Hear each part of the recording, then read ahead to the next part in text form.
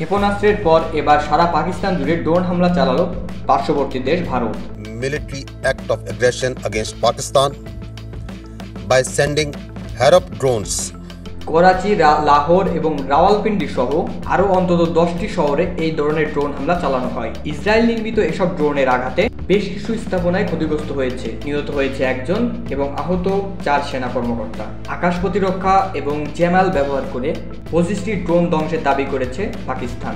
বুধবার দেশটির হামলা প্রতিরোধ করার সময় দেশটির অর্ধশত সেনা নিহত হয়েছে বলে দাবি পাকিস্তানের।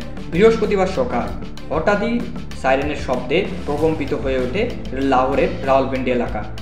এরপর শোনা যায় একাধিক বিস্ফোরণ, আতঙ্ক ছড়িয়ে পড়ে আরও আশেপাশের সব এলাকা। লাহোরের পাশাপাশি আরও বেশ কয়েকটি শহরে হয় এই বিস্ফোরণ। ঘটনার পর দ্রুত রেড অ্যালার্ট জারি করা হয় বিভিন্ন স্থানে এবং মোতায়েন করা হয় সামরিক বাহিনীর সদস্যদের।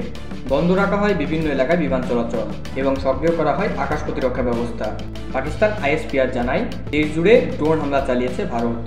দেশের বিভিন্ন স্থান সহ করাচি লক্ষ্য করে এইসব ড্রোন হামলা চালানো হয়। জ্যামালের মাধ্যমে এবং এয়ার ডিফেন্স সিস্টেম ব্যবহার করে এসব কিছু ড্রোনকে ধ্বংসাবশেষে পরিণত করা হয়। এসব ড্রোন বিস্ফোরণের সময় সামরিক বেসামরিক অনেকে হতাহত হয়েছে বলে জানানো হয়।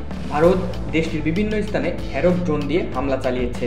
পাকিস্তানের এক সেনা কর্মকর্তা জানায় এখন পর্যন্ত 25টি ড্রোন ভূপাতিত করা হয়েছে।